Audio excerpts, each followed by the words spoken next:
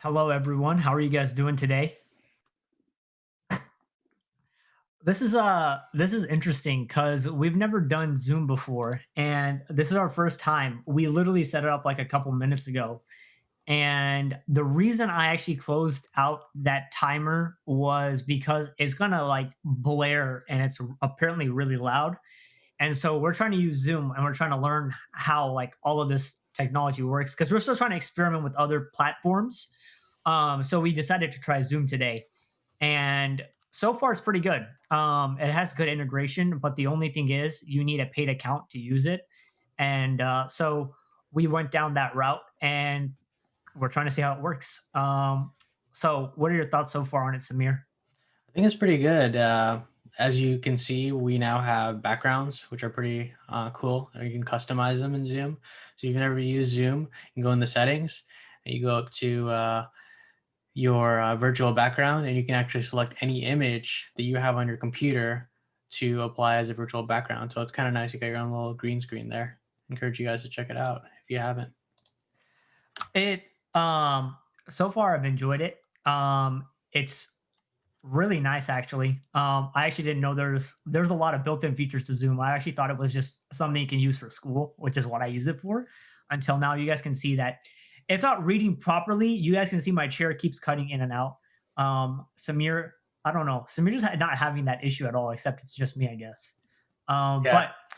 But so I know that Samir wanted to try it out today, so I'll let him take over for the elite today. So I want Alrighty. to hand So it to you. if you guys are new, thank you for joining us here. You might notice that we have a profile picture and we just also got a banner. So we're really excited about that. We went to Fiverr, we paid somebody, a few bucks and they did a great job. So we're really impressed what we were able to put together in a short period of time. So I encourage you guys also to check out our YouTube channel.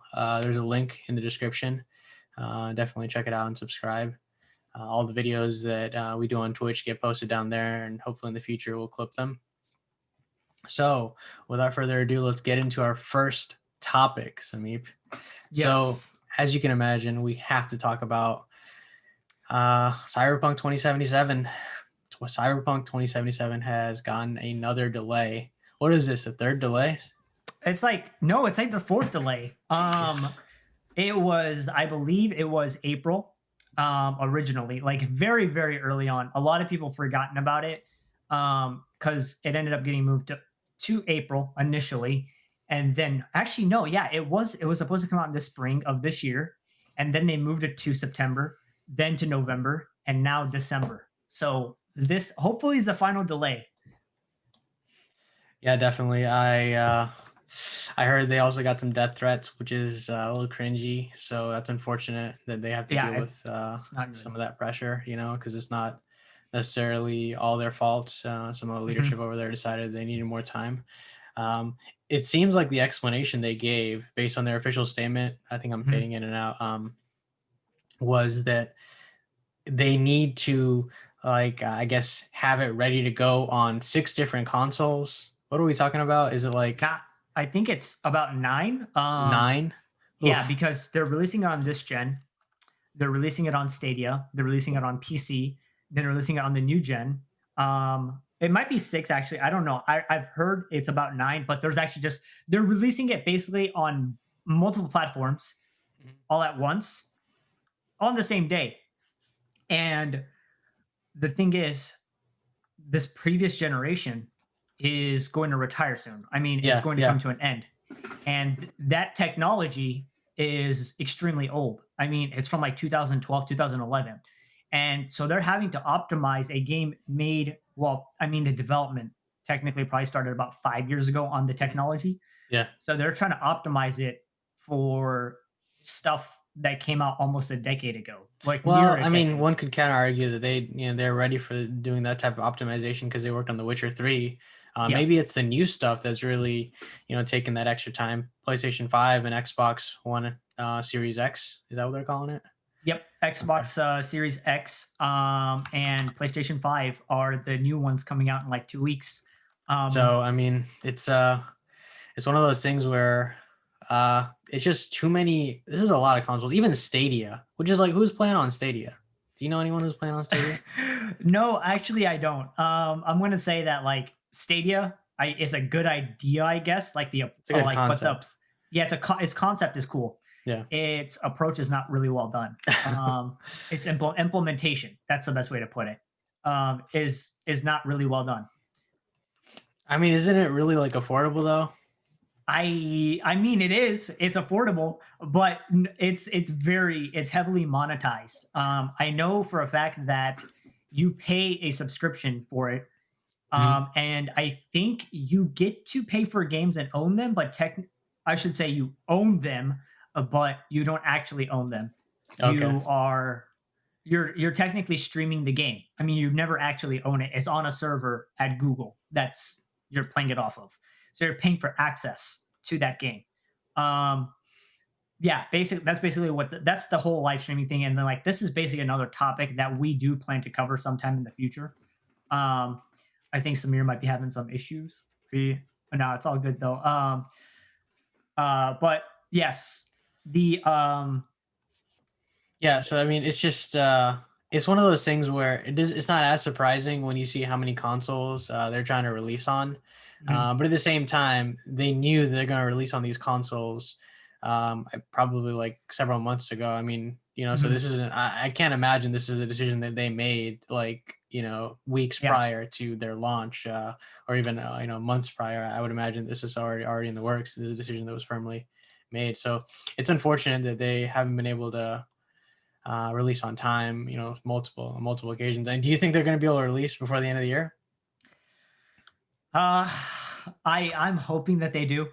Um, this is gonna go into the next thing, but like it's it's I can say for sure yes, because remember when you and I were discussing this earlier on, Adam Kuczynski, the CEO of CDK Project Red, said that the PC version of the game is ready to go.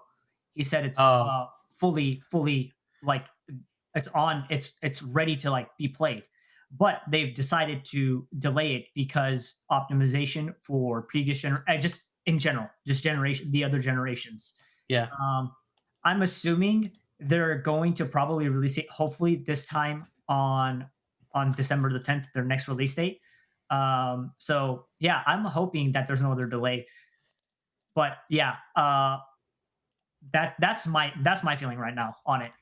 Yeah, I mean, so there was some stories that came out in The Verge and stuff. So I don't know if you know this about CDK, CD Project Red, the company, I guess. Mhm. They You can actually buy shares of the company because I guess they went public this year. Mhm. As a result, they post their investor calls that happen quarterly. So you can go on their website and you can actually look, hey, CD Project Red presentation and webcast if you search that term, and you can get a list of the transcripts that talk about the financials and how the company is actually working. So why we're going into this is because they released a uh, call. They had a teleconference back on October 28th where they talked about the game and how they feel about the game, because this game release is so big for their game studio. Some of those investors are kind of worrying like, are we gonna get a return on our investment here? So we were looking over the transcript actually this week. We noticed that there was still some uncertainty there. It seems like they're still trying to iterate after their release. I think the head game developer, he indicated that it might be like how many months to me, like 4 or 5 months additionally Yeah, after so release that they need we to work don't on it. know. Yeah, we don't know when Samir and I were planning this out. We looked at the transcript and there was like discrepancies in it. As in, we saw something and it matched it, but it looks like it was taken out. And inside it, it said that the game from a developer, they said that they needed about 4 to 5 more months of work on the game. Like they needed more work on it. It's good. They said they plan to release it, but the game does need some more time to be fully polished and pushed out, is what they said. That's at least what I got from it. And that part was from a snippet and a picture that I had seen somewhere. And then Samir actually looked up the transcript and he tried to compare it to that. and it wasn't actually there, but parts of it were still there, word for word. So we don't know the real truth behind it. Yeah, so it'll be interesting to see if this is going to be a situation where, kind of like you ever played No Man's Sky, or the what happened with No Man's Sky, where the game came out and it was kind of like the hype was so real and huge for that video game. They didn't wasn't able to really live up to the hype. So I'm really concerned whether it's going to be one of those situations. Now, keeping in mind they have all this extra time to work on it, so maybe it's not going to be that type of situation where they're trying to uh, really, chase this hype. Keeping in mind at the same time, No Man's Sky here is really good now, and they were able to improve the video game. So at the same time, keeping an open mind, if the product that comes out in December isn't up to par, it might take them a few months to get it to that level that we expect. I mean, that's definitely true. I mean, it can happen with any game. I mean, the this I was speaking to a couple of my friends, and one of them made a good point. And he said that this the studio CDK Project Red Yeah, has a standard, and they have expectation, a certain expectation to live up to, and what they're trying to do is they're trying to surpass it now. And basically, this release can make or break them almost in a that's sense if you true. think about it. That's what a way that my friend put it, and it was actually a good way of thinking about it. Is, Witcher 3, they released that game. It's like one of the most critically acclaimed games of like this past generation and probably of all time, just because of the scope and detail and just the immense, the amount of things you can do in the game. There's a lot of things. And now there's a standard that everyone expects from CDK Project Red, and they're going to be held to that. And this game is definitely going to be the game that everyone will judge them by. And with all the stuff that surrounds it now, the delays, the crunching of the developers, it gives it a bad picture. But in the end, I feel like people do forget like the quality of work that they've put into their games. Um, The Witcher 3 still probably one of the best games that I've actually played. I actually enjoyed the game a lot. It's really cool. I would like to play through it again and see what ending I get because I remember the game has, and I think I'm correct on this. I remember when it released, there are 37 different endings to the game. Whoa. Yeah, they Yeah, put in a lot of work with the video yeah, games. I haven't played The Witcher 3 quite yet. It's on my wish mm, list though. Um, I I hope so. I mean, this is like with many video game studios. I feel like this is a part of the culture where it's like, yeah. crunch. A lot of them don't talk about it because they don't get, I guess, that type of hype that Cyberpunk now has, where people are kind of curious, hey, what are you guys doing? And also, they've actually been incredibly transparent. I've been surprised as a game studio. Yeah. It might be because they have so much attention and people keep asking them. They're just kind of like, oh, we're gonna let you know we're tired of being bugged about this. But the other thing is something we went down this rabbit hole of like, okay, who's that journalist that you follow on Twitter? Oh yeah. Jason Schreier. Yeah, so Schreier. I don't know how to say his last name. I Strider. think it's Schreier. Okay, so Jason Schreier, he's been doing a lot of coverage of Cyberpunk, and so we're wondering about that. Like, okay, does he have what he's saying? Does it have any merit, or what's going on here? And then as a result of that, I found this tweet by one of the former employees for Cyberpunk. I guess she was on contract. Do you remember? I sent you that yesterday. So maybe did you check that out? Which one were you talking about? So that was the I think animation designer who was Oh getting yes, paid yes. I like know. Mhm. less than minimum wage over there in Poland, and she was working on The Witcher 3 back in 2014. So that was a little yikes to see. Yeah. Um, I did see that. I think not Micro said they plan to have 4 to 5 more months of crunch after the game is released. Feels bad, man. Yeah, dude. If yeah, so the developers are going to be, definitely crunch. I mean, even after release, there's definitely going to be crunch. And the thing is, Samir and I were speaking on this crunch isn't just in games, it's in like everything. It's span across like every industry. Like the place that Samir is currently working, Yeah. they experience that kind of stuff. I mean, It's any like a lot of Fortune 500 companies working for them, or even if you work for a small business, like sometimes there are certain periods of time in the business where it's almost like make or break. Like this is really going to decide the future of the company, and this is one of those times for CD Project Red. So that's just something that we need to keep in mind as video gamers. That these are people too, and they're really taking a risk with this video game. That if it really fails, then their future ventures aren't going to be looking so good. I agree. And, there's two sides to the coin. You have developers that don't mind the crunch because, they get paid, but they also want to make a really good game. Mhm. That extra pay, it can be really good for them. It can bring them more money. And plus, if it's a passion, I feel like if you're passionate enough for something, you're going to end up doing it no matter what, just because you enjoy doing it. And that's just a fact. A lot of people do that. The other thing is, the other side of the coin would be what you mentioned, that article, the one that you sent me about the artist or Yeah. the animator. What was the amount that they got paid in 1 month? Do you I don't know remember? what it converted to, but it was like less than the equivalent or at like minimum wage level in Poland. So Yeah. apparently, a lot of video game like animation folks and a lot of different, because they're not all programmers, they all do different types of tasks Mhm. on for video game design, and some of them don't really get paid that much. Yep. I think I remember it. It was like $430 or something like that. Um, Yeah, it was really like shocking, Yeah. and So that's the other side of the coin is when the company expects you to do this kind of work and then they don't give you the right compensation or not even the right, they don't give you enough compensation just in general for the amount of work you're putting in. Animation, that talent is insane to have. And animation is like I'm telling you that takes a lot of effort to do. Mhm, It's not mhm. easy to do that. I actually follow an animator on Twitter, and I talked to him, and he works at id Software, and he worked on Doom Eternal, and I think of all the time because he showed me what he's worked on, like what animations in the game, and it's really cool. And I asked him, and he's just like, dude, we Give me a spent sec. hours and hours on.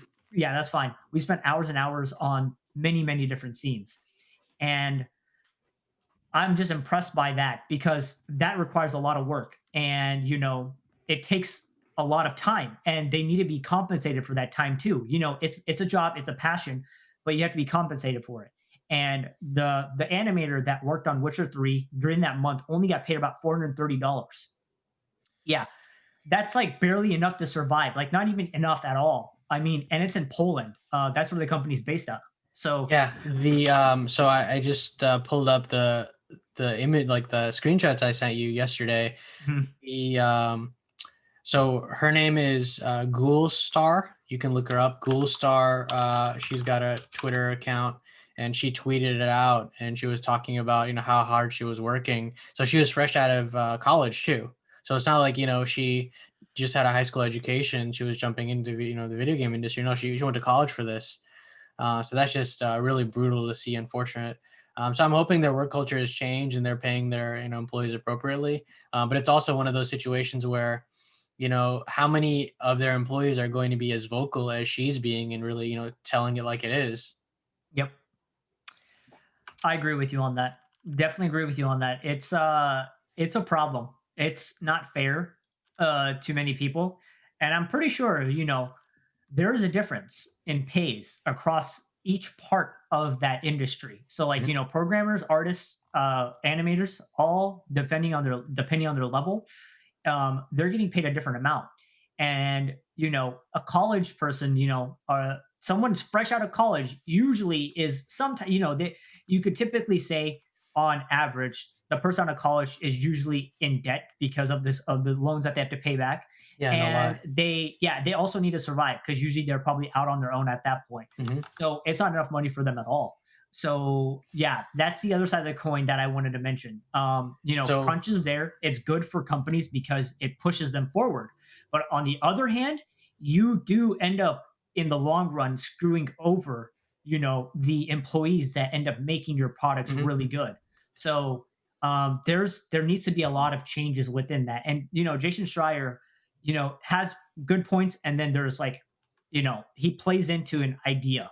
And we were talking about it, but I don't want to say anything wrong about him. I mean, he's a Yeah. journalist, he has his own opinions. Yeah, um, sometimes the point of journalism can be to, I guess, provide an alternative picture or paint an alternative picture to what people might be seeing. This is your mhm. company, but it turns out like the reality might be a little bit. There's some grays involved here. I Yeah, posted a link to the article that came from the gamer, and you can look at the official tweets. And I guess there's some context. There are some people that can verify that she did work for as a contractor for CD Project Red at the time. Back in 2014. So there's some verification. Like I said, take it with a grain of salt, but um, it was really interesting for us to see something that is counter to the narrative that we were thinking this is just an amazing company and they're treating their employees really really well.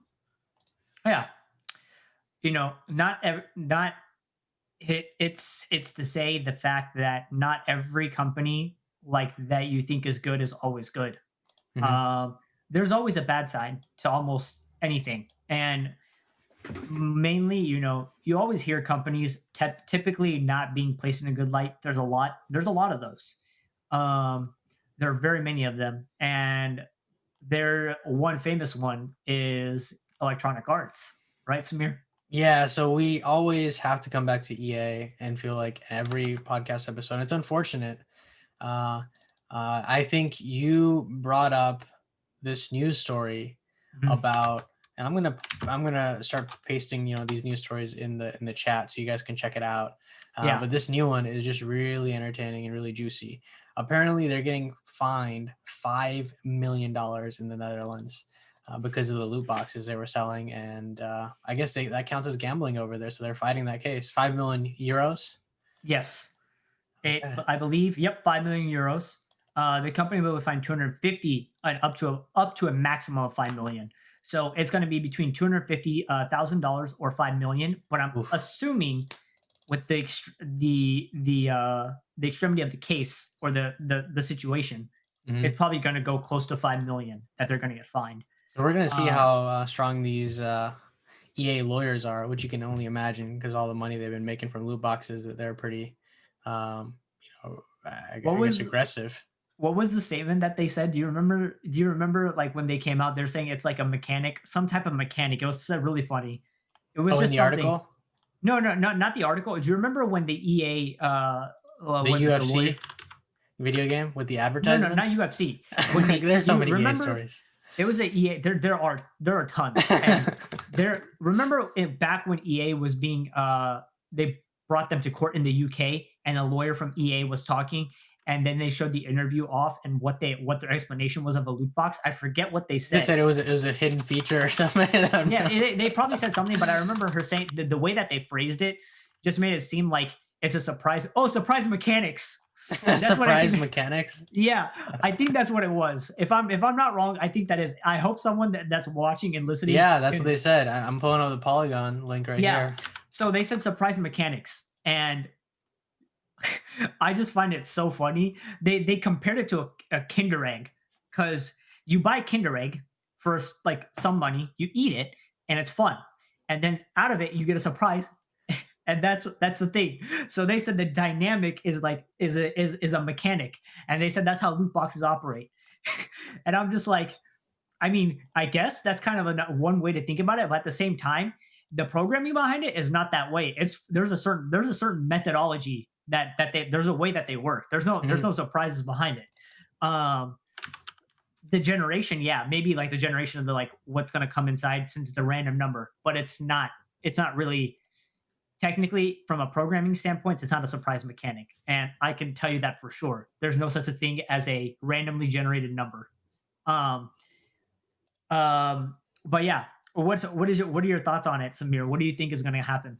I mean, it's I guess we can't criticize EA for being consistently like sus. Is like, what are you guys doing here? That's true. It is true. That's very true.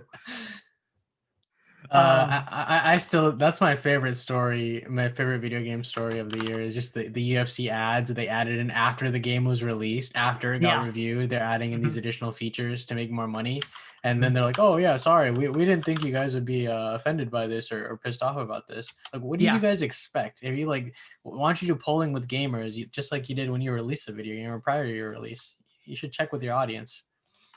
I mean, okay, they know they've said so many wrong things that they've gotten disproved by. You know how they said single player games are dying. Then they made a single player game called Star Wars Jedi. Everyone loved it. And now they're just like, oh. And they fired Amy Hennigan, who was the lead writer for the new Star Wars game that they like butchered and kicked. She left after that because Oh she was geez. yeah. And Amy Hennigan, I think that's how you say her last name. She's the one that worked on all the previous Uncharted games, with Oh. Neil Druckmann and Wait, so Uncharted was an EA game? no. She was Oh, part of Naughty Dog. Naughty Okay. Dog, but she left, and she's the one that actually I think she was the writer or Hmm. a co-director. Oh, I see. And then Yeah, she came over to EA. How the she hell did came over EA to get her? EA, and she is a really well known, like, I think she's a writer. I don't know off the top. I'm just remembering stuff off the top of my head at the moment because Yeah, we didn't look back on this. yeah. Um, but yeah, the thing is, let's see. The thing is, the uh, EA knows for a fact that there are games that people are willing to play and buy, but they don't want to do that because most of their income and money that they produce is generated through microtransactions Mhm, and these mechanics. If you look at the statistics, they make most of their money off FIFA and the loot boxes within them because it's a widely adopted game. And you know that gaming in general and people that discuss gaming or just the topic of gaming are very minor. There's a lot of casual people that play this mhm. and they don't see any problems with it. They're okay with it. And those Yeah, are the people that tend to buy into these products. And it preys upon those people. And there's honestly no way to get around that unless you're enforcing it through some type of change. And right here, as an example, we have the Netherlands doing just that, where they have completely banned loot boxes out of the games, and it's illegal. So um, good job on them. I think it's also EA got like caught in another country and it's starting to catch on to them now.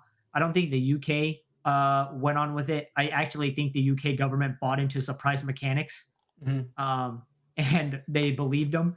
I think there was actually one other country that actually banned loot boxes from EA. It was a long time ago. I think Netherlands is just a recent one that actually is doing it too. So yeah. Yeah, so that was an interesting story. But let's transition to a new video game that just came out that Sameep was telling me about. Dungeons and Dragons inspired. And what is it called? Baldur's Gate 3. Baldur's Gate 3. Yep. Already talk about it. What is this video game?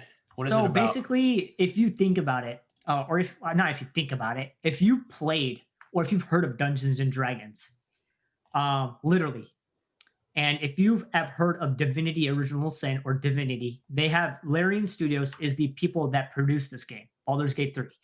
And basically, Baldur's Gate 1 and 2 was made by, I believe, Wizards of the Coast. I think that's how you say their name. They were one of like the most critically acclaimed games in the past, like in the early 2000s. Mhm.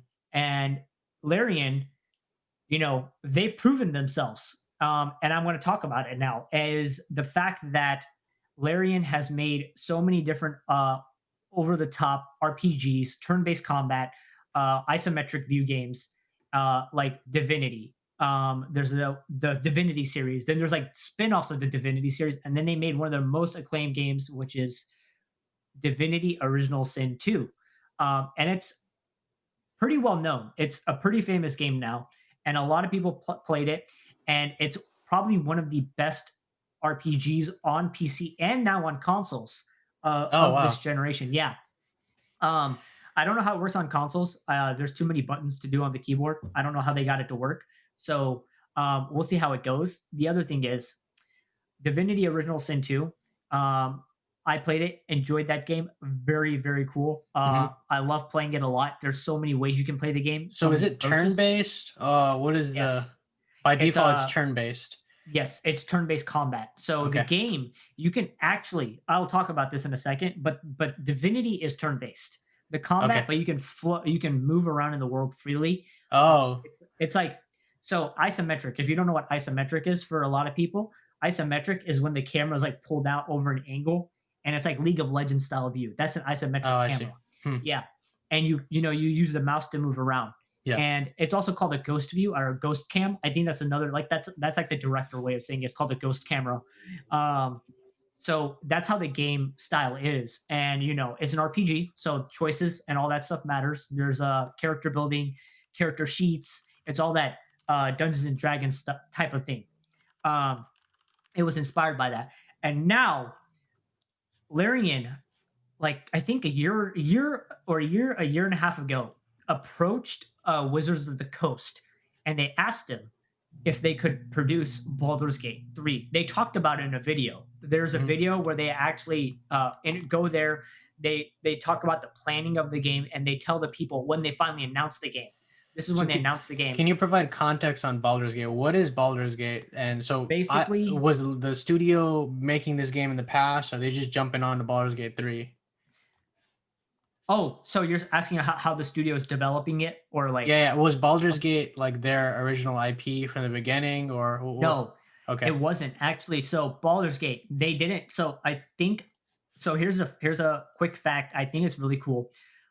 The original developers of Fallout and that are, and also, yeah, the original Fallout games, Black Isle Studios, I believe, and all these studios, they all those people that produced those studios actually worked on the original Baldur's Gate. Even Hmm. the people that worked in, I think, at what is it called?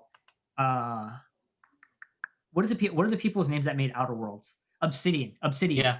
The people that worked at Obsidian, I think even the people that founded Obsidian actually used to work on the original Fallout games, actually Oh, worked on Baldur's Gate. I believe so that's what some it of was. them, some of that same Yes, talent. Wow. same talent is actually they worked on the original Baldur's Gate games, and then I don't know why they didn't make another one ever since then. But Larian is known for making tabletop style RPG games into like fully fleshed out games, and so I believe they approached them to actually work on that IP, and they even said they didn't want anyone else besides Larian to work on the game because Oh, of their like skill, because they proved it with Divinity Original Sin 2.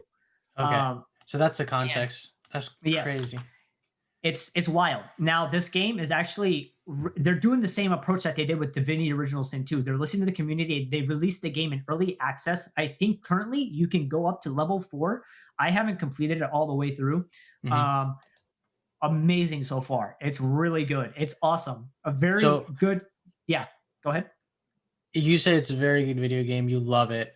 Yeah. How much of that do you think is because you've loved that, you've tried it before? Like somebody brand new coming into this type of game, what would you recommend? Do you think we should wait a little bit until they get a few patches? Because it's in early access right now, right? Yes, yes. The very okay. So I'm going to say this: if you're looking for a new game and you're looking for a like tabletop RPG, Dungeons and Dragons, buy it, play it, enjoy it, play it however you want, because you can play it over and over again, but it'll be different scenarios. You can experiment with characters, experiment with build types. You can get it. Now, for the casual player and someone who is interested in it but doesn't know if they want to purchase it yet, I would say wait a couple months, wait maybe even a year. I think it will come out fully next year. Okay. Wait until the game is complete, because you can experience the entirety of the game all together at once with your own pace, whatever you like. Playing it with friends too, it's awesome. You can play co-op, you can play the whole story with friends. You can build a team, and you can synchronize your builds together, work together to finish the game, do quests, and all that. Um, it's really cool. My favorite mechanic in the game, I'm going to tell you this right now. I don't think I've seen any game do it. There's a D20 die in the game that you have to roll each time you come across a check, a speech check, or something like that, or a combat check, depending on your stats. Its integration is really cool, and it's pretty sweet. It's a really cool D&D game made like literally playable on a as a computer game. That's what I would say. Um, but for those people, uh, I recommend waiting. They are very good at updating the game, hot fixing patches. I haven't played it in a couple weeks just because I want to experience it like a little bit later on too. So I'm waiting to see how it goes. I believe it's going to be phenomenal. I have good expectations because Larian is a very well-known studio. They did the exact same thing with Divinity Original Sin 2. They released it early access. They listened to the community. They updated the game. They released it, and now it's one of the top games on Steam. You'll always see it on Steam's top charts. Um, so yeah, that's actually what I'd have to say for you, Samir. It seems like this is going to be one of those games, although the barrier to entry is a little bit Yeah. higher, but it reminds me of Hades from Supergiant Mhm. Games. It just actually, I think, recently got its full release, and it's now Yes. on the Switch. So, and a lot of people are saying great things about that. So I'm hoping to, maybe check it out a few months down the road, or maybe a year down the road, and um, hopefully, things will pan out well, and they're able to finish a game in a timely manner. Are they usually like timely when it comes to finishing games? They don't take like crazy amounts of time. I don't think they do. Okay. I can't really say because I built my PC in 2017. I remember Divinity coming out the year after. And one thing that I like about PC is you can get into so many style different games that you've never Yeah. experienced before. And this was my first time experiencing a game like that. So I don't remember the release up to Divinity, but I know for a fact that the game was in early access. And I know that Larian has one of it's been held to be a critically acclaimed studio because they listen to feedback, they listen to the community, they do updates, they do fun things, they interact with them, they keep them interested. They have a YouTube channel which is really cool, and they like do some really fun stuff on there. The I forgot the director, I think he's a creative director or something like that. He always puts out update community update videos, and he does cool things on there where he dresses up in armor. They do skits and stuff, and they actually play it out in their videos, and that's how they give the updates to the community about the games. Very That's cool. awesome. Yeah. So quick news updates. The AMD, uh, they released, they had their press conference, I think this week, right? Yep. And they talked about their new graphics card, the Radeon RX 6000. It's supposed to be like their competitor, the competitor that they have Hmm. up against NVIDIA. Yes. I'm not keeping track of these latest GPUs from NVIDIA. Do you have any additional insight on that? Let me see. I would say that I don't have any insider on this because I haven't watched an updated video because I like watching a summary and I like watching what is his name? His name's Moore's Law is Dead on Okay. YouTube. He's a very good YouTuber. He updates you on technology inside and out. He's usually good at predicting these things because of leaks and stuff happened before. Um, we know that here's a fact though. We know that the um what do you call it? The GPUs are top of the line for NVIDIA. We know that the 3090, 3080, 3070, and there's rumors of like different variations of those coming out. Yeah. We know that AMD is doing the same thing but at a cheaper price, and Oh, they I don't think they've announced Big Navi, which is like their main thing. They talked about the architecture, which is RDNA 2. Um, and we know for a fact that these new cards are using that technology. So um, that's one thing that I know for a fact at the moment. I know that this is going to be competitive, close to the 3070 and the 3080. And I believe that there actually is a card. I don't know which one it is.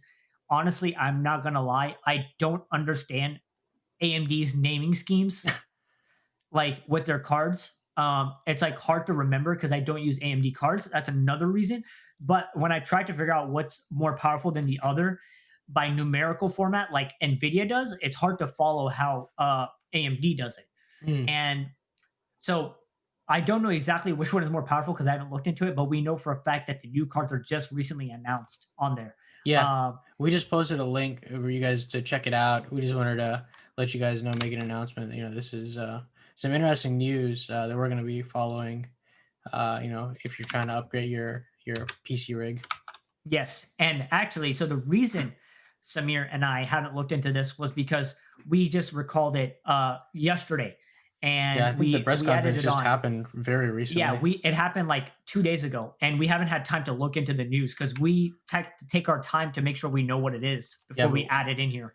And definitely. so the other thing is we're waiting to see what Nvidia does because there's a rumor that Nvidia is going to announce a competitor to Big Navi when Oh, when they announce it, um, which is funny. So we want to cover this in a probably a another podcast later on. Um, just because it would give us more time to talk about the competitiveness of Nvidia versus AMD and the comparisons in the card and the tech.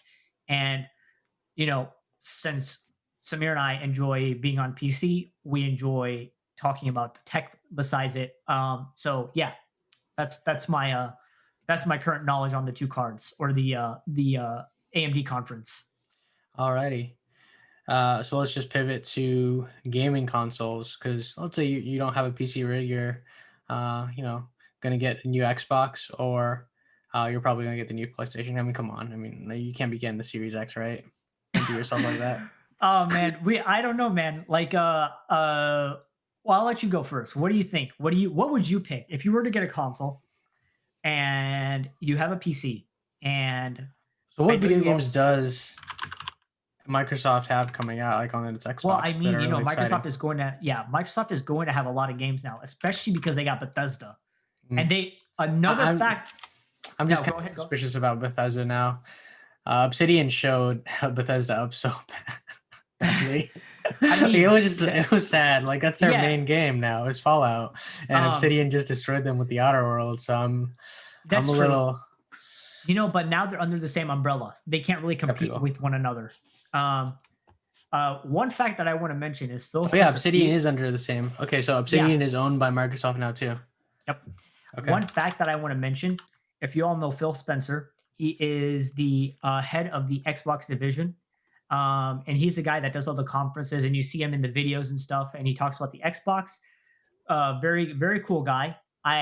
Oh yeah, you know what? I forgot to mention. I actually got to meet him and Jeff Keighley in a special Zoom meeting for the Game Awards. Like a couple hundred people got invited to a special Zoom meeting, So how did you get and invited, Samip, to this uh, special Zoom meeting? I don't Because we're know. now using Zoom, you know.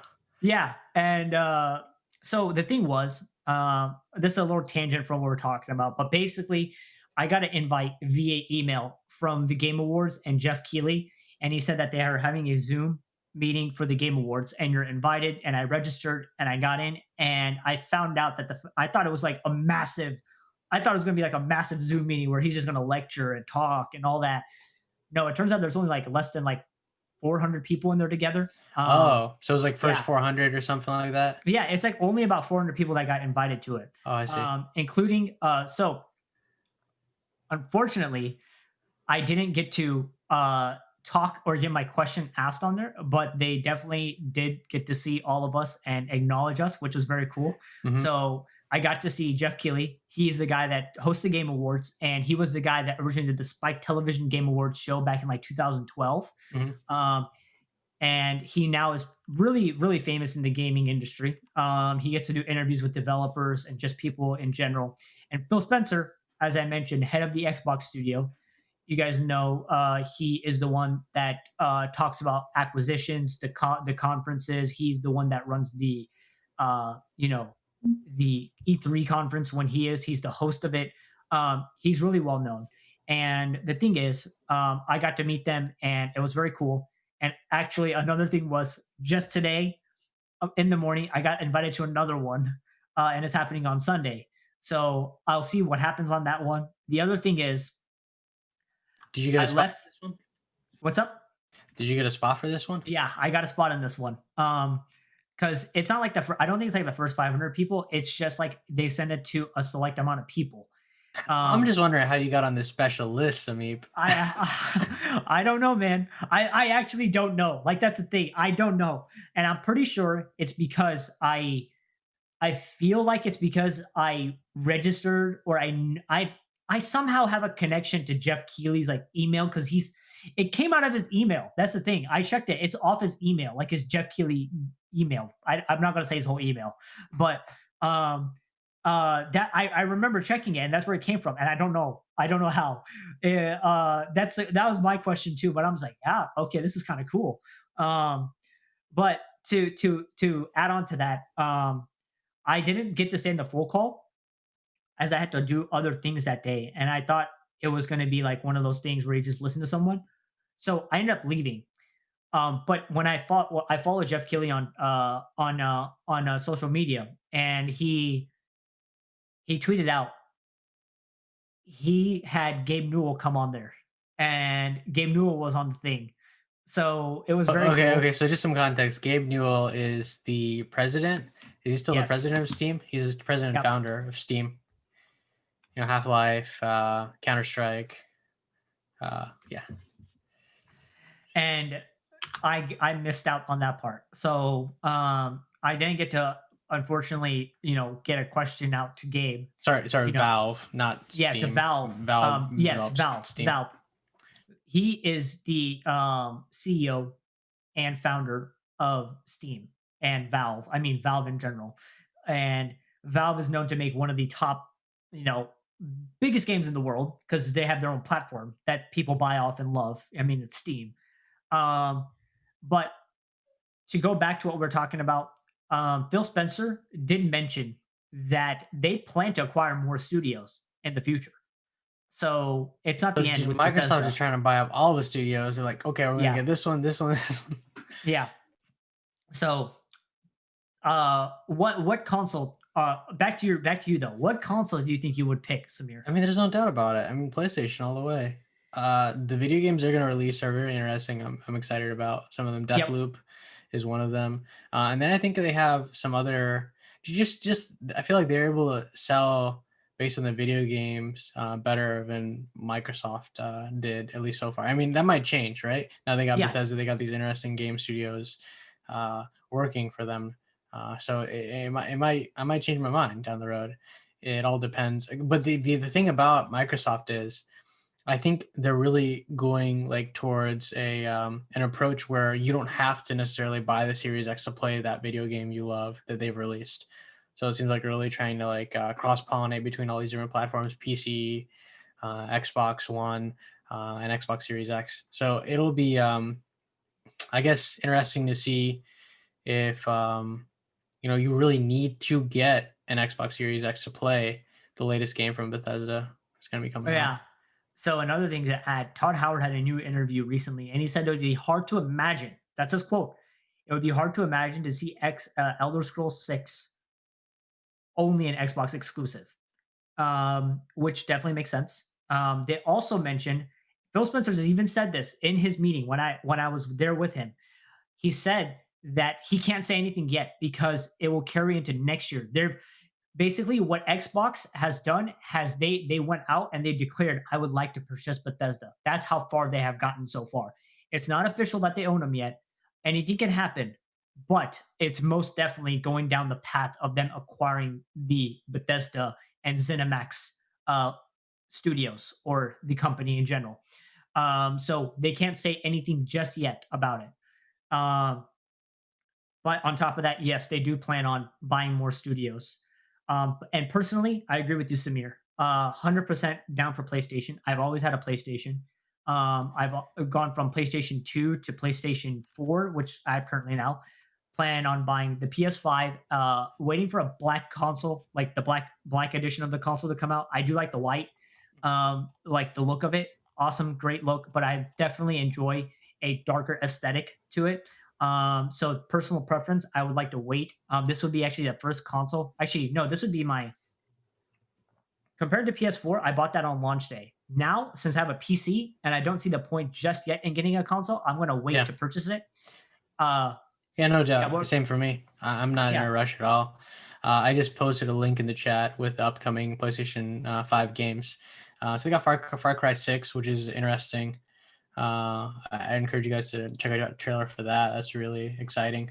yeah, Uh, and then Deathloop I talked about, and Ghostwire Tokyo, which also looks cool to me. So those are my I guess 3 interesting games. I haven't seen games that really pique my interest so far that are going to come out, I guess, at release or close to release on the mhm, Xbox One or Xbox Series X. So that's mhm, really one of my factors. The other factor is the controller. the controller that PlayStation 5 is going to be releasing seems to be just superior Oh in yeah. so many ways. It's sweet looking, dude.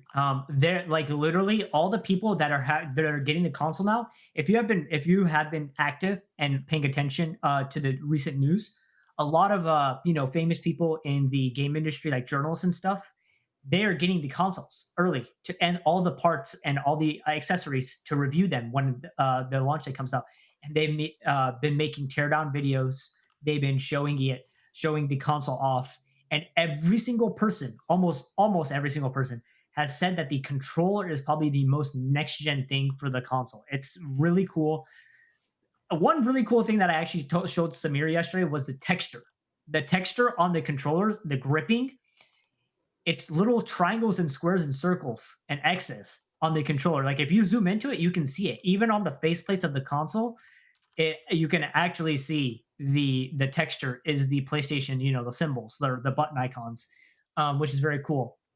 And on top of that, I don't see anything appealing just yet for Xbox, but I'm expecting this generation. Microsoft is going to start being competitive with their games now because of these acquisitions that they made from these big studios, and I'm actually looking forward to it.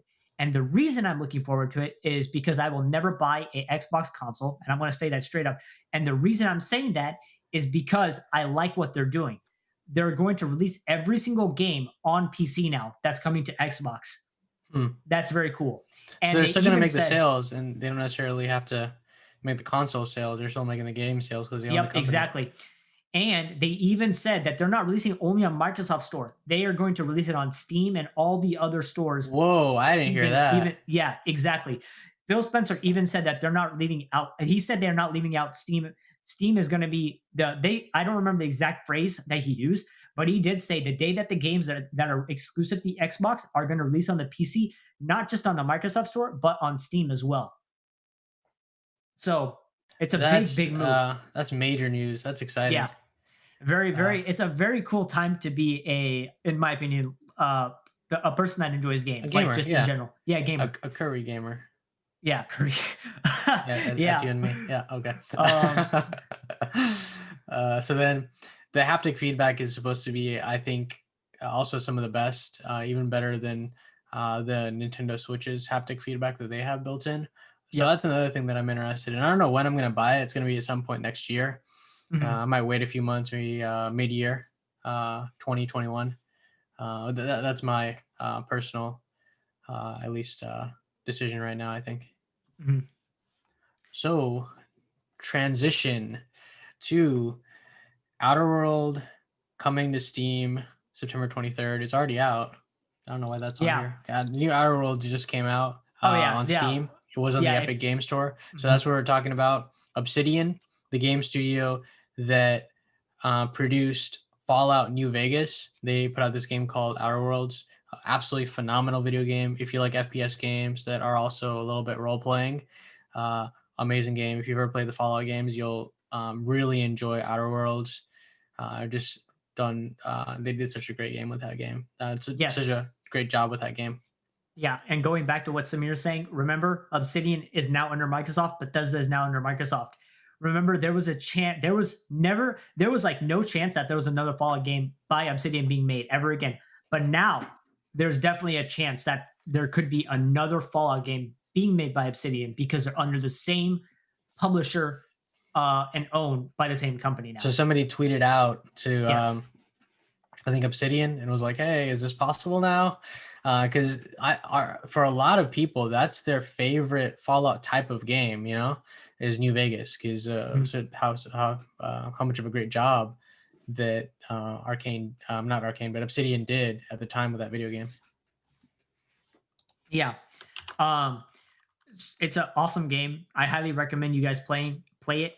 It looks kind of ugly. I mean, it's always I mean, Fallout, I mean, the older Fallout games, I mean, they're not bad. They're fun. If you can overlook the graphics and get into the game, you'll probably enjoy it more. Can you The thing imagine is, did New Vegas get a remake yet? They might no. do that. I hope they do. That'd be really cool. They do definitely need remakes of the older Fallout games, but Todd Howard said that they don't plan on doing remakes of their old games Okay. anytime soon.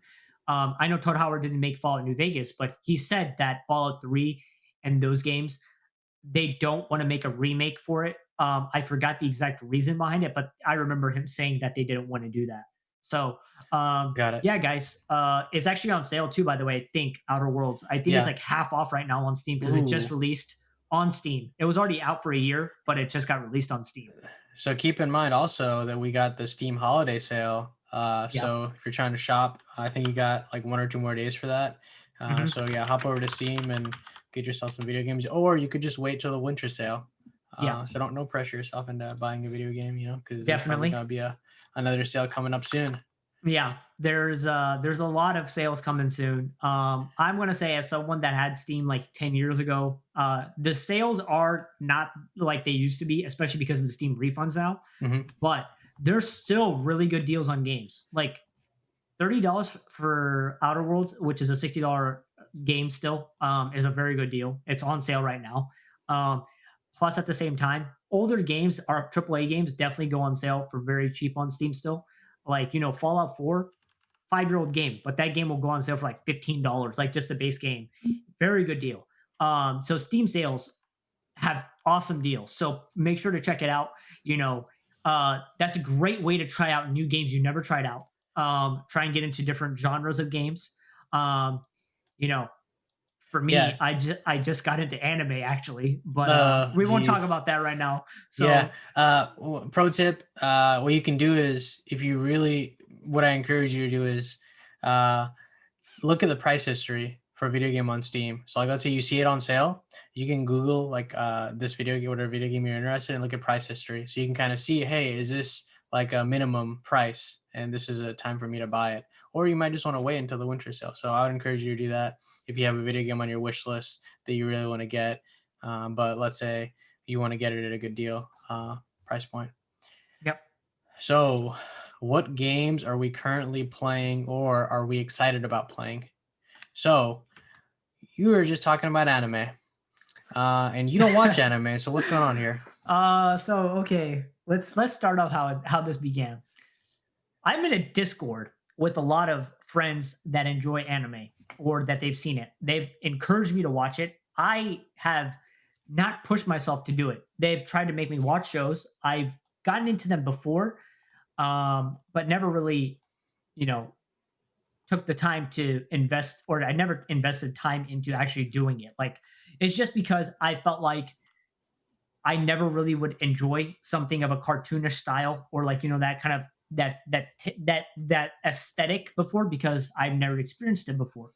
Um, but the over time I've been conditioned to it, and I think this is something to do with psychology. But since I was in that Discord, I feel like that built up, and then there's this game that everyone's been playing, and I was like, you know what, and I'll tell you the story. It might be really weird to say, but like, um, it's called Genshin Impact, and I heard my friends talking about it. They all downloaded it. It's a free game. I started download. I didn't download it personally at first. I said no, I'm not playing that kind of game because I don't enjoy it.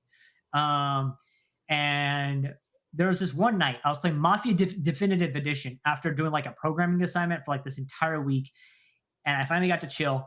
Started playing Mafia Definitive Edition. I had to go to the restroom, so I took my phone with me because it was like super late at night, and it was like 2 in the morning, and this is like probably sounding super weird, but I'll get to the point. But I got, so while I was in the restroom, I ended up looking at my phone and I saw the top game on there was Genshin Impact, and I was like, how is this mobile game on the top on here, and how are there so many people playing it?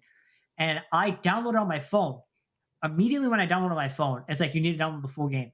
I downloaded the full game. It's like a couple gigabytes on your phone and then even on your PC. And I started playing it. And dude, it's awesome. It's amazing. Like So what it's time did you like go to the sleep that day? You're up uh until 2 a.m. I was and then you probably going, I downloaded want to say about Genshin like Impact. I want to say about like five, maybe. I end up staying late on late. I end up staying late. I end up staying late on weekends. Okay. And God, I can't talk for some reason. But yeah. But dude, I I don't know why, but that game, it's free and it's really good. It's addicting, Um, from it's what I've really heard. yeah, it's addicting. The thing is, I've controlled myself. Like the last couple of weeks, or like a week ago, I didn't play it that much. I only got on to do my daily things for it, and that's about it. But like what I would say is like the music, the art is so well done, and the intro is so well done. Like it's so good. Even the gameplay, it runs so smooth on my phone, and I was like, damn. And then I downloaded it. You know what I told my friend? My friend was just like, "Hey, you should download the PC and play it now." And I was like, I don't know. This looks like a mobile game to me, so I'm gonna keep playing on my mobile. He's like, "Dude, just download your PC." I downloaded my PC, and dude, damn, like it looks so good. I mean, it runs. I mean, of course it would run smooth. It's one of those games that I feel like anyone can run on any other Mhm. kind of computers as Yeah. long as they have the minimum requirements. It looks really good. It plays good. It's super smooth, um, and it's awesome. It's fun. It's basically Breath of the Wild, Yeah. but with like gotcha mechanics in it, as in you have to do banner rolls to get characters. Mhm. Um, Other than that, you're free to explore the entire world that they've given you, and they're updating and adding on to the world over time. It's not fully completed, but the world is massive, So you and can there's have so much to multiple do. multiple characters. Yes. Multiple characters, you play with a team, like you build it, you basically have a rotation of characters that you can use, and you can build that, and you can rotate between them. Each of them have different abilities, and you can synchronize those abilities to do more damage. You explore the world, you find treasure, you upgrade characters, you level them up, you buy artifacts to improve their stats, so that way they do better in fights. Overall, it's just a pleasant game. It's fun. It's like meant for a lot of people that like wouldn't play games a lot. But let me tell you something about this game. This game was the peak point to push me into watching anime, and I started. So let me say this. So Death Note, the movie, the live action movie, I watched it a long time ago when it came out on On Netflix. Netflix. Yeah, The movie that nobody and liked, but you no liked one it for liked some it. reason. I liked it. I liked it. I don't know why, but I liked it. And after that, I told my friends, and they're like, "Why did you watch the movie? Why don't you watch anime?" I ignored it, and that's been like 2 years since the movie. I think it's 2 years ago. After I played Genshin, I told them I'm going to go watch an anime now, and I ended up watching Death Note. And I watched it like halfway. I stopped, and I watched it with one of my friends. I thought it was an awesome anime. Now I know why the anime is much better than the movie. And I actually started watching more Netflix original animes, Mhm. stuff on Netflix. I finished Castlevania. I Ooh. started Kakagurui. It's a very weird anime, in my opinion. Um, and now I'm actually those are the only animes that I'm currently rotating in, but may add in more. Not yet, but I actually started watching The Haunting of Bladder Manor on Netflix. Very good. We're going So down the anime rabbit hole yeah, through but Netflix. yeah, dude, it's awesome. I can control myself. I know for a fact that I know I can't let that stuff get out of hand. Yeah. As I've grown accustomed to that, like I can control when I need to play games and when I don't need to, when I have to do other stuff. So Yeah. it's nice. One of those things that comes with age and discipline when you do it more and more. So Mhm.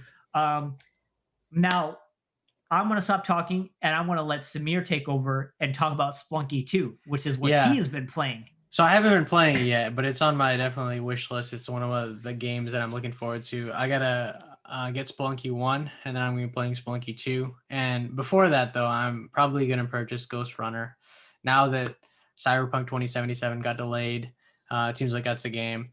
What am I playing right now? I'm playing two games right now that I'm really enjoying. So one of them is Transistor. Really enjoying that video game from Supergiant. If you haven't checked it out, it might be on sale. Definitely encourage you to pick it. Bastion, obviously, you want to get that first, and then Transistor. But I don't regret, and then Pyre, and then obviously Hades is their latest video game. Uh, the other video game that I was actually pleasantly surprised about, that I am enjoying the hell out of, is Horizon Zero Dawn. I didn't play it when it first came out back in 2017. I'm playing it now. I'm like 75%, 80% done through the game, based on the levels or the stage that I'm at. So I encourage you to check out Horizon Zero Dawn. Did you ever play Horizon Zero Dawn, Sameep? Oh yeah, dude, it's a great game. Dude, I played it. amazing Yeah, narrative. Best very very good. narrative Very I've very good. experienced in a video game this year for sure. Yeah. I played it when it came out on the PlayStation at the time because I didn't have a PC. So I believe after I graduated, yeah, that's when I played it and enjoyed it. A very, very good game. And I Yeah, it's highly recommend it. definitely in my like top two. No, I think it's my favorite video game on PlayStation 4 right now, for sure. And That's I good. I I don't think I'm gonna be getting. I might get Ghost of Tsushima. What is it called? Ghost of Tsushima. Okay, Yeah. Ghost of Tsushima when it comes on sale. But that's another game that came out that we didn't talk about. You really enjoyed it, and Oh, dude, it's apparently good. the multiplayer and some of those um, expansions are releasing for free. Yes. Yes. You can customize characters, you can play with other people now, and they're releasing they made a massive update and it just recently came out, I think. It's called Ghost of Tsushima Legends. And you do, I think it's rating. Okay, so here's the thing. I haven't looked into it. I haven't played the game in a while. I actually haven't beaten it either. But from what I played, the only reason I have broken off of the game right now is because I played in the summer consecutively, straight because I was free. School started and then it stopped because I got busy with school and I didn't get on my PlayStation. But I'm definitely going to play the game and probably finish it sometime soon, most likely over Thanksgiving break Mhm. or winter break, most likely. We'll see. It's a very, very good game. Like, Best highly samurai recommend it. game or best Japanese era video game Yes, ever created? it's honestly, yeah, it's really, really good. Combat, like flow, story, um, the world itself is really well built. There's like it's pleasing to look at. It's like the painting of the game and the canvas is awesome. People, I like to tell people this, but like artists, man, dude, they do such an amazing job. Like Oh, I'm that, hoping that they got paid for that yeah. video game because based on Oh yeah, the they probably do. trailers that I've seen and all Yeah, the review that I saw on IGN, that video yeah, game looks beautiful. dude, it's a good looking game. Um, but yeah, um, that's Yeah, a so that's a wrap. We got a few more things. Game Studio of the Month this time around is Running with Scissors.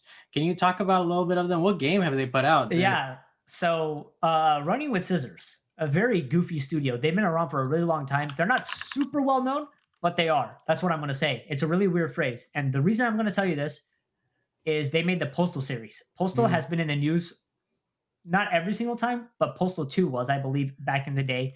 So people knew about it. They got, recognition for that. Postal 2 is basically like this really goofy game where you go to a town, you try to do objectives, you can kill people, you can cut people, you can pee on people, you can do the dumbest things ever. Basically, you can like I'm gonna say something and I feel like this might make people mad, but yeah, you can take a cat and stick it on the end of the gun and make it a silencer. It's one of those kind of games where it's just extremely goofy. And they made it for fun just as a parody, and people love it. And they're currently working on Postal 4 and they're updating it over time. They're adding onto the game. They've been doing that consistently and it's awesome. It's fun. And they also announced a spinoff called I think it's Postal. It's a spinoff where it's like Left 4 Dead, where you fight hordes of injected like patients in a hospital as Postal Guy. That's the dude's name. His name's Postal Guy. That's what you call him. It's a very goofy game. A very, very cool studio because they love making fun of not current situations, but just situations in the world in general that are extremely stupid. They bring comedy out of it. mhm. Um, and if you even go on their website, they even make fun of themselves, which is funny. You know why? Because Postal 3 wasn't developed by them, but that game came out. And they purposely make fun of it because they know it's a bad game. And it wasn't produced by them or developed by them at all. So it's very funny. They're a very cool studio. They're a very small studio. So definitely going to give them recognition for it. Um, and yeah, that's our studio of the month for this podcast. Yeah, thank you guys for watching, tuning in. We appreciate it. Definitely check out our YouTube channel. Link below. We're gonna post this, stream up that we did to our YouTube channel. Upcoming things to look for. So, hoping this year we're gonna try to interview actually a professor that we're gonna reach out. We're gonna see if we he's interested. We're gonna try to interview one of Sameep's professors that is teaching video game design. So hopefully we can get that perspective and pick their brain and kind of educate us on some of the things we miss when we play these video games in terms of the detail they put into it. Yeah, we briefly discussed that just like yesterday when Yeah, we were planning this out, and we thought of it would be really cool. He's a very cool. I would say he's a very awesome professor. Honestly, he's really cool. I feel like you guys would probably enjoy seeing him talk and discuss topics in development because he has done stuff. He likes drawing. He's a creature design professor. He does creature design, so he draws up books of creatures that he just draws and draws and draws, and he likes doing that for fun. He's a very awesome professor. He teaches Unreal Engine. He teaches other classes within the field, and since I'm doing a minor in that, I enjoy his classes, and currently I'm in one of his classes. And I told him about our podcast and my Twitch and our YouTube channel and stuff, and he took a look and he liked it. And so I plan on asking him sometime soon if he can come on to this and you know our podcast and talk with you guys about maybe development process or any questions you guys have about the game industry itself and the development process in games, even the business side, because as much as people probably don't like it, but business in games really matters. There's a difference between getting a game out and marketing it in a certain way and selling it to a lot of people so that way they make all that portion back, yeah, or it would fail if they don't do it correctly. So he knows that he's very knowledgeable about that kind of stuff, and he can give you insight on that to see, there's a lot of discrepancy and a lot of misinformation in game news. So he can help clear that up. And he's a professor, so we definitely have some questions for him that Samir and I definitely want to ask. So that's so our next plan. yeah, the reason I brought that up is just to put that guy, on your guys' radar that, for this podcast, we're trying to, think of new things that we can do to, most importantly, the things that we would enjoy. And then things that, we also feel that other people would enjoy watching. So as a result, we're trying to stream it so that we kind of, get the conversation going and really, educate each other in the process. So hopefully you guys will enjoy that. You'll stay tuned. And thank you guys for watching. Yep.